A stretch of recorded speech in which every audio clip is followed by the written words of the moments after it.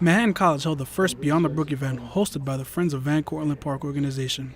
The purpose of the event was to gather information for the community. So it's an opportunity for people who are doing research in Tibbers Brook and Van Cortlandt Park to present their research findings and engage in the community and educate the community on some of the activities that are going on here. We're responsible for the water quality monitoring study, which means we're looking at the water chemistry in the brook and the lake and looking at how we might be able to potentially improve the overall water quality because the water is notoriously eutrophic, which means there's a lot of nutrients in it, which negatively affects the overall water quality. So we're looking at ways that we can monitor it and potentially improve it in the future. We've been working for 2 years on the water quality of the lake, but we've also been looking at the biology, and now we're looking at the geology. So it's not as simple just to say, oh, the water quality is good, the water quality is bad.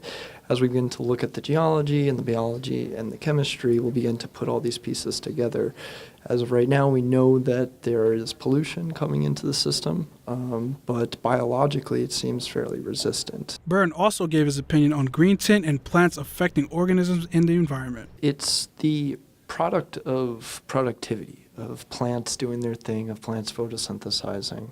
And that is necessary because photosynthesis produces oxygen.